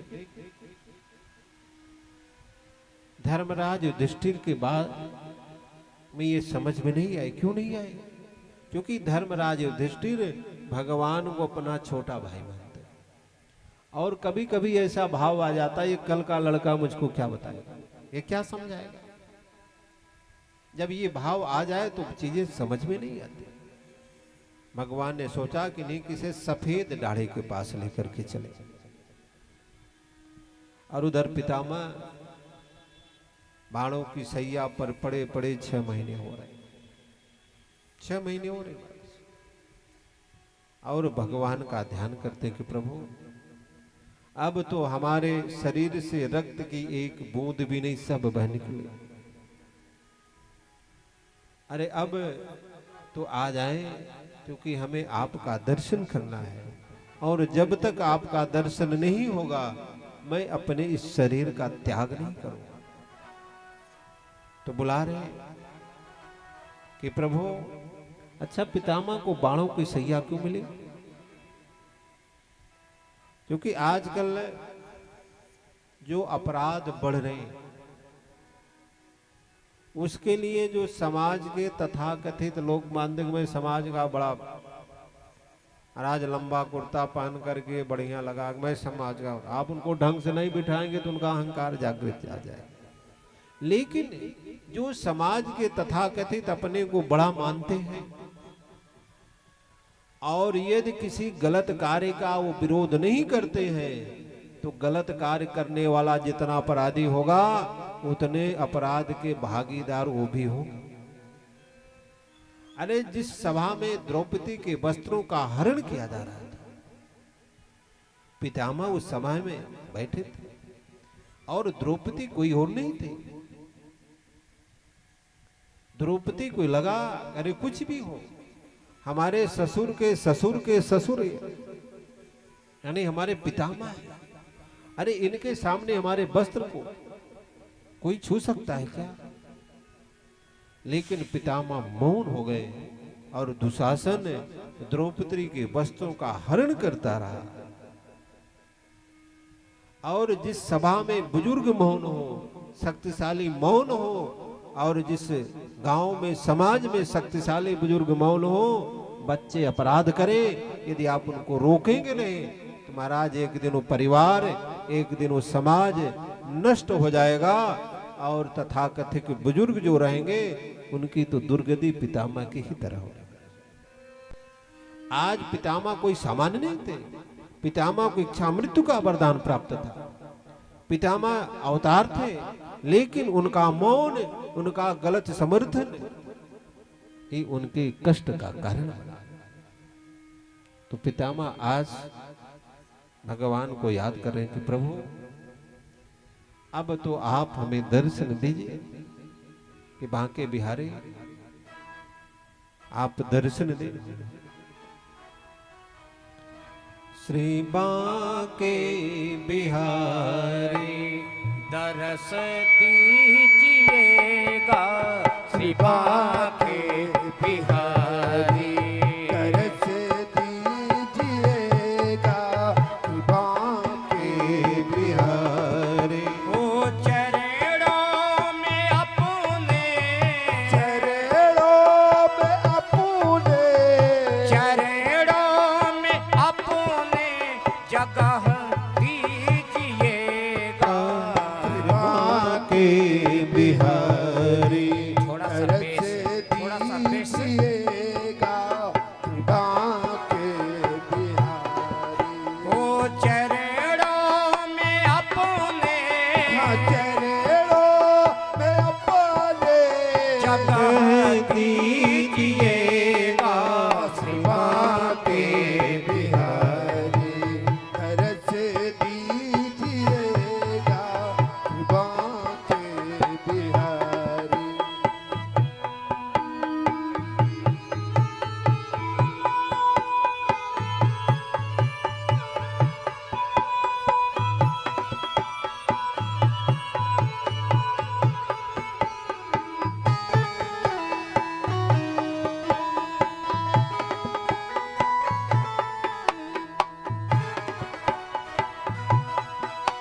रहे आपके ध्यान में मनो हमेशा, रहे आपके ध्यान में मन हमेशा, रहे आपके ध्यान में मन हमेशा। बाकी छवि को दिखा दीजिएगा, बाकी सभी को दिखा दीजिएगा, बाकी छवि को, बाकी सभी को बाकी छवि को दिखा दीजिएगा, श्री बांके बिहारी दरस दीजिएगा, श्री बांके बिहारी।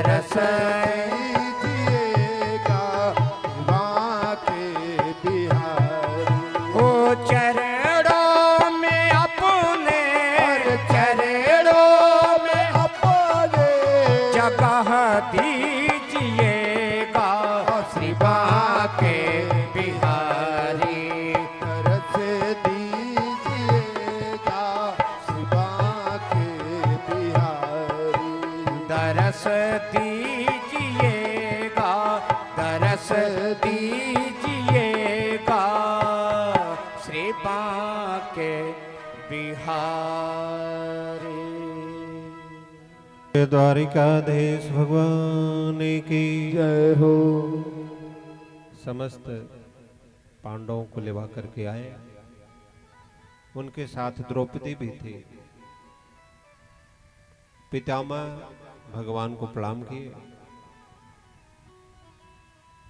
और पितामह कहते हैं कि सहदेव देवो भगवान प्रतीक्षताम कलेवरम यावदिहं हि नौम्यहम्।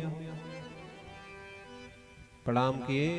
पितामह कहते कि प्रभु आप तब तक हमारे सम्मुख रहे जब तक मैं अपने इस शरीर का त्याग न कर दूं। अब भगवान सोचे कि बाबा को इच्छा मृत्यु का वरदान प्राप्त, न जाने कब अपने इस शरीर का त्याग करे, तब तक मुझे यहां खड़ा रहना पड़ेगा। भगवान का चेहरा लटका। पितामह कहते मैं आपका लटका हुआ चेहरा देखने के लिए नहीं बुलाया। कहा तब प्रसन्न हासुर लोचन, आप प्रसन्नता पूर्वक मुस्कुराते हुए खड़े रहे। कहा क्यों? कहा कि आपकी मुस्कान में वो चमत्कार है कि आप जिसकी चाहे उम्र बढ़ा दे और जिसकी चाहे उम्र घटा दे। अरे जब उस सभा के बीच में आप हमारी तरफ देख रहे थे, कौरवों की सभा की ओर मुस्कुराते हुए देख रहे थे, तो आप देख नहीं रहे थे, आपने उनकी आयु का हरण कर लिया, समस्त कौरवों की उम्र को खींच लिया और पांडवों की तरफ देखे तो उनकी उम्रों को बढ़ा दिया। तो आप जो है और आपकी मुस्कान का जो जीव दर्शन करता है, हासम हरे ने बनिता खिले लोक तीव्र शोकाश्र सागर है। जो हम इस शोक सागर में हैं, जो इस हम भव सागर में हैं, जो आपके मुस्कुराते हुए चेहरा का दर्शन करता है महाराज, इस शोक सागर से पार हो जाता है। अब भगवान मुस्कुराते हुए खड़े हुए। भगवान ने धर्मराज युधिष्ठिर को दिया कि अब पूछ लो जो कुछ पूछना हो। पितामह ने बड़ा सुंदर उपदेश दिया कि दान धर्मान राज धर्मान मोक्ष धर्मान विभाग सह स्त्री धर्मान भगवत धर्मान समासाभ्य सयोगत। बड़ा सुंदर उपदेश दिया, जिन्हें भीष्म गीता भी कहते हैं। बड़ा सुंदर उपदेश दिया। दान धर्मान, दान का धर्म क्या है? हिंदी में तन पवित्र सेवा किए।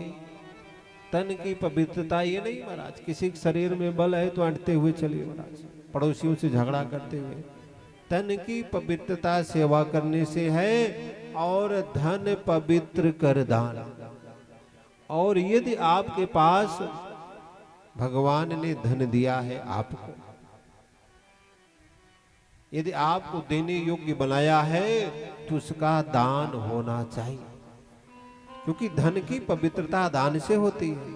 और मन की पवित्रता, मन पवित्र हरि भजन सो, मन की पवित्रता भगवान के भजन से होती है।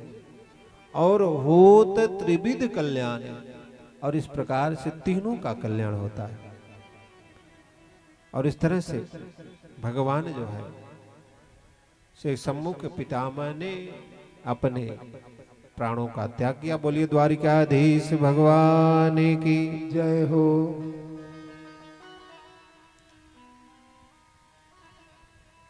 और एक दिन परीक्षित ने पूछा कि महाराज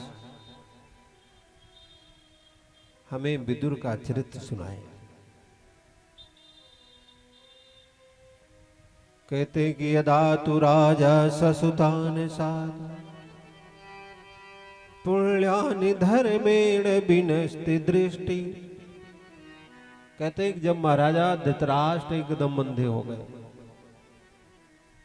अच्छा, इसका मतलब क्या उनको पहले दिख रहा था कुछ, तो फिर एकदम अंधे होने की बात क्यों कही?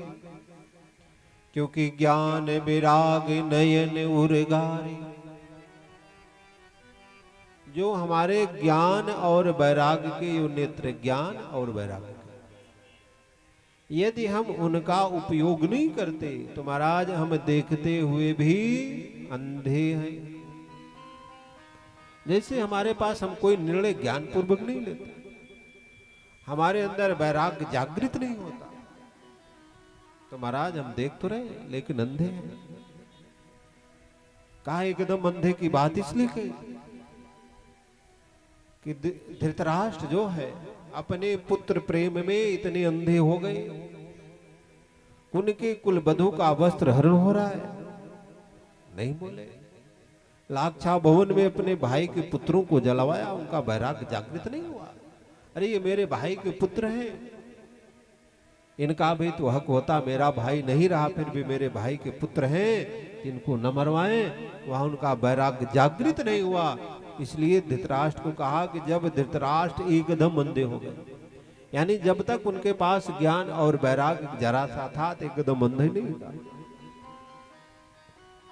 एक दिन विदुर आते समझाते हैं कि महाराज आपका जो ये पुत्र है आप इसको संभालें, नहीं तो इसकी वजह से आपके संपूर्ण वंश का नाश हो जाएगा। और यदि एक को संभालने से ये आपके यदि संभाले नहीं संभल रहा, मनमानी कर रहा, तो इसका त्याग कर देंगे और इस संपूर्ण अपने इस राज्य का, अपने वंश की रक्षा कर लीजिए, नहीं तो संपूर्ण वंश इसकी वजह से इसका नाश हो जाएगा।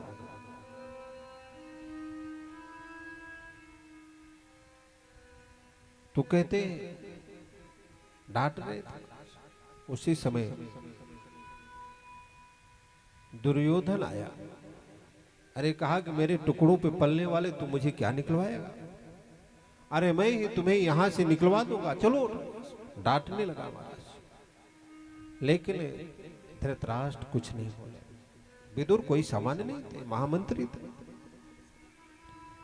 और विदुर जान गए कि जिस राज्य में मंत्री की इज्जत न हो, कि सचिव वैद्य गुरु तीन जो प्रिय बोलई भयास, राज धर्म तनु तीन करे हो ही बेग ही नाश। और जान के कहा अरे मुझे तू क्या निकलवाएगा, और मैं स्वयं छोड़ करके जा रहा हूं। कहते करे ये विदुर नहीं जा रहे हैं, समस्त सह निर्गता कौरव पुण्य लब्ध, ये समस्त कौरवों का पुण्य जा रहा है। अच्छा, दोनों में पांडव और कौरवों में दोनों में धर्म के अवतार थे। धर्मराज विदुर धर्म के अवतार, उधर धर्मराज युधिष्ठिर भी धर्म के अवतार, दोनों में बराबरी थे। लेकिन कौरव हारे क्यों और पांडव जीते क्यों? इसलिए पांडव जीते क्योंकि पांडव धर्म के अनुसार चल रहे थे और कौरव धर्म को अपने अनुसार चलाना चाह रहे थे। क्योंकि दुर्योधन विदुर को अपने हिसाब से चलाना चाहता था, और जबकि पांडव धर्मराज युधिष्ठिर के हिसाब से चल रहे थे।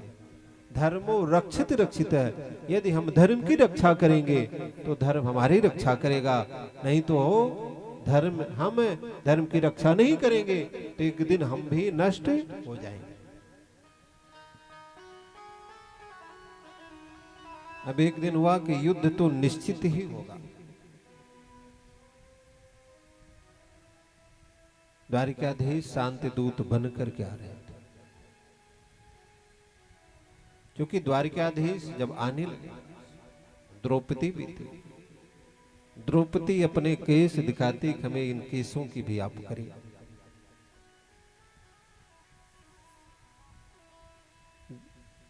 दुरी जो है द्वारिकाधीश भी नहीं चाह रहे थे शांति, लेकिन कहने का मौका न मिले, एक बार अवसर मिलना चाहिए। शांति दूत बन करके आए। दुर्योधन जाना कि द्वारिकाधीश आ रहे, बहुत बड़ी सेना है, पूरी प्रजा को लेकर के खूब स्वागत सत्कार किया। खूब हर जगह फूल सजाए गए, तोरण बंधन सजाया गया, पूरा नगर सजाया गया, संपूर्ण प्रजा को लेकर के अगवानी के लिए आया। जब विदुर जी को पता चला तो विदुर जी कहते कि मैं भी जाऊंगा केशव का दर्शन करने। विदुरानी कहते कि बाप तो वहां के महामंत्री रहे नहीं, तो आपका कैसे मिलेंगे? कहे कुछ नहीं, मैं जाऊंगा। विदुर एक कोने में चुपचाप खड़े। द्वारिकाधीश की निगाह गई और इशारा करते करे, चाचा मैं आपके यहाँ आ रहा हूं, आपके यहाँ हमारा निमंत्रण। अब कोई कैसे मना करते हैं महाराज। विदुर जल्दी जल्दी दौड़ करके आए, विदुरानी से कहते करे वो मेरे यहाँ आ रहा है निमंत्रण। मैंने कहा नहीं, लेकिन कहा है तो जरूर आएगा। ऐसा करो कि तुम आंगन को खूब साफ सुथरा करो। ले विदुरानी जल्दी जल्दी आंगन की साफ सफाई करने लगी। विदुर कहते कि हमारे घर में तो कंद मूल के अलावा कुछ है नहीं, जाओ इसके लिए कुछ माखन मिश्री लड्डू उड्डू लेकर के आता। बाजार गए दौड़े दौड़े, विदुरानी पूरा साफ करेगा। इतने में भगवान पहुंच गए। अब विदुरानी भीले गीले कपड़ों से, भीगे वस्त्रों से कहीं करे केशव यहां बैठे, यहां पूरा आंगन टहला डाला। और अंत में भगवान को बैठाया और भगवान के सम्मुख का भी आपके चाचा तो बाजार गए। जब तक वो तब तक बैठिए और कदली केला लेकर गए। छिलका भगवान के सामने, केला बाहर पे। भगवान तो वही खा करके आनंद भाव विभोर हो गए। और भगवान जब अपने धाम को जाने लगे तो उस समय भगवान के पास दो लोग थे। कौन? एक मैत्री मुनि और एक उद्धव जी। उद्धव जी प्रश्न करते हैं कि भगवान आपके दो मानव अवतार, एक रामावतार हुआ और एक कृष्णावतार हुआ, दो मानव अवतार हुए। और दोनों अवतारों में आपको खाद्य पदार्थ मिला, लोगों ने खूब भोग लगाया, खूब स्वागत किया, खूब सत्कार किया। तो आप बताएं कौन सा पदार्थ, किसके यहाँ का खाद्य पदार्थ रामावतार में अच्छा लगा और कृष्णावतार? भगवान कहते करे उद्धव, रामा अवतार में जो स्वाद मुझे सबरी के जूठे बेर में आया, वो स्वाद मुझे रामा अवतार में वो कहीं और पूरे रामा अवतार में जब तक रहा तब तक नहीं मिला। जो आनंद आया, अरे सबरी को तो मैं अपने धाम को भेजा, लेकिन जो स्वाद हमें विदुरानी के छिलके में आया, वो स्वाद में कृष्णा अवतार के 56 प्रकार के भोगों में भी नहीं आया। लेकिन अभी विदुर तो यही है, उसके पहले मैं इस धाम छोड़ करके अपने धाम को जा रहा हूं। और विदुर का कर्ज हमारे ऊपर है, लेकिन विदुर को कुछ चाहिए नहीं। जो मैंने आत्मज्ञान का उपदेश दिया, मैत्रेय मुनि आप सुन रहे हैं और उद्धव जी आप सुन रहे हैं। मैत्रेय मुनि जहां आपको कहिए विदुर मिले तो उन्हें इस आत्मज्ञान का उपदेश दीजिएगा। तो यानी भगवान इसी छिलके के ऋणिया बन गए कि मेरा कर्ज भी है। तो भगवान कहते क्या कि भाव का भूखा हूं मैं, भाव ही एक सार है, जो भाव से भजता मुझे भव से बेड़ा पार है। तो भगवान तो हमारे भाव के भूखे। भगवान छोड़िए तो एक छोटा सा बालक को 1 वर्ष का चल रहा, कई अपरिचित लोग बैठे हो और कोई उससे कुछ न बोले, लेकिन जिसका उसके प्रति भाव रहेगा, कोई बात न करे, उसी के पास जाए, वो बालक पहचान ले। तो भगवान तो सिर्फ भाव के भूखे। बोले बाल कृष्ण लाल की जय हो। आइए बोले सच्चिदानंद भगवान की जय हो। कि सबसे ऊंची प्रेम सगाई, सबसे ऊंची प्रेम सगाई, सबसे ऊंची प्रेम सगाई, सबसे ऊंची प्रेम सगाई। हो प्रेम सगाई, हाँ प्रेम सगाई, हाँ प्रेम सगाई, हो प्रेम सगाई। सबसे ऊंची प्रेम सगाई। सबसे ऊंची प्रेम सगाई। सबसे ऊंची प्रेम सगाई।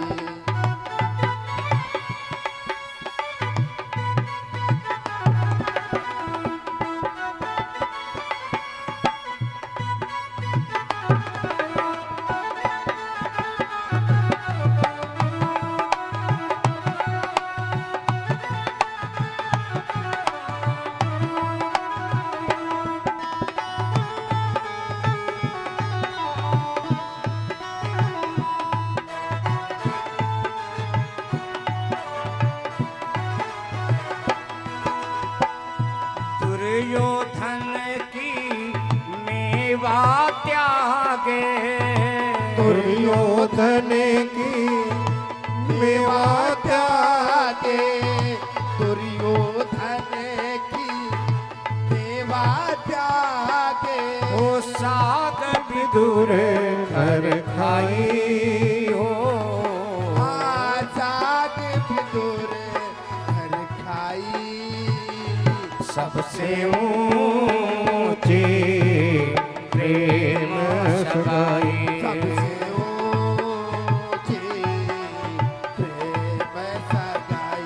सबसे ऊंची प्रेम सगाई।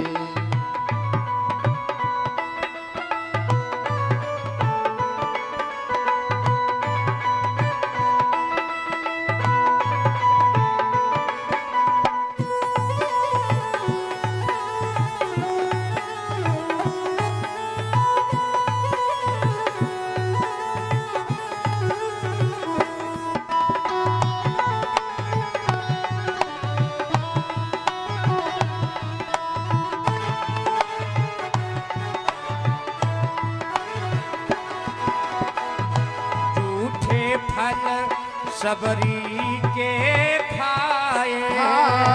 झूठे फल से बरी के खाए।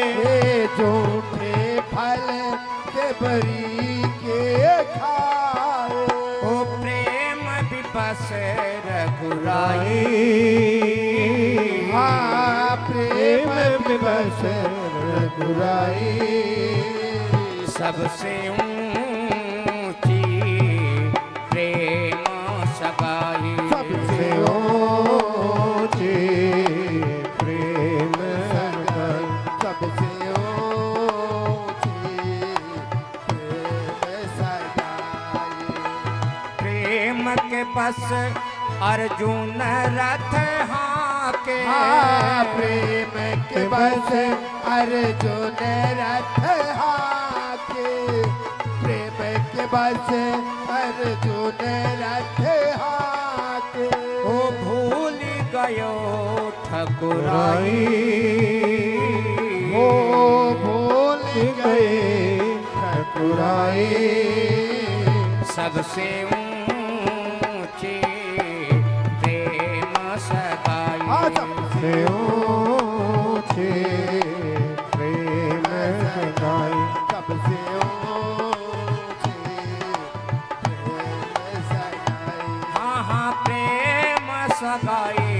ये प्रेम सगाई।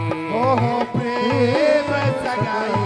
आह प्रेम सगाई। सबसे ऊंची प्रेम सगाई। सबसे ऊंची प्रेम सगाई। सबसे ऊंची प्रेम सगाई। सबसे ऊंची प्रेम सगाई। हाँ प्रेम सगाई। आह प्रेम सगाई। हाँ प्रेम सगाई। बोले द्वारिकाधीश भगवान की जय हो। बाल कृष्ण लाल की जय हो। चलिए आरती आरती के बाद आरती और प्रसाद लेते हुए प्रस्थान करेंगे।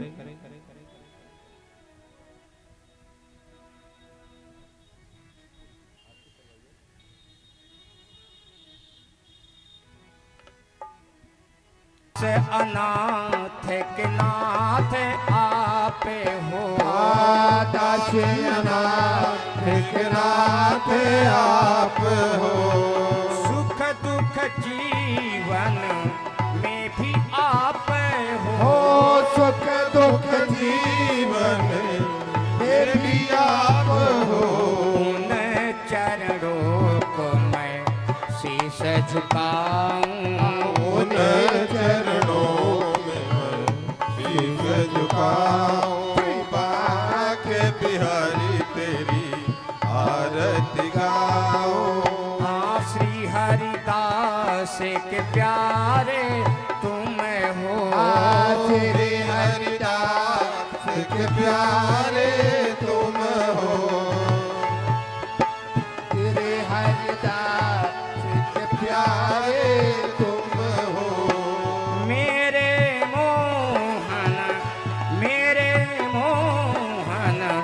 जीवन धन हो। हाँ मेरे मोहन जीवन धन हो। हर प्यारी छवि तेरी मन में बसाऊं। प्यारी छवि तेरे मन में बसाऊं। तेरी बात के बिहारी तेरी आरती गाऊं। कर्पूर गौरम करुणावतारम संसार सारम भुजगेन्द्रहारम सदा वसंतम हृदयारविंदे भवम भवानी सहितं नमामि। त्वमेव माता च पिता त्वमेव बन्धुश्च सखा त्वमेव। त्वमेव विद्या द्रविणं त्वमेव सर्वं मम देव देव। हरे राम राम राम हरे हरे। हरे कृष्ण कृष्ण कृष्ण हरे हरे। राम राम हरे हरे कृष्ण कृष्ण हरे हरे। जलेन शीतलीकरणं पुष्पैदेवाभिमन्दनं स्वयातमाभिमन्दनम्।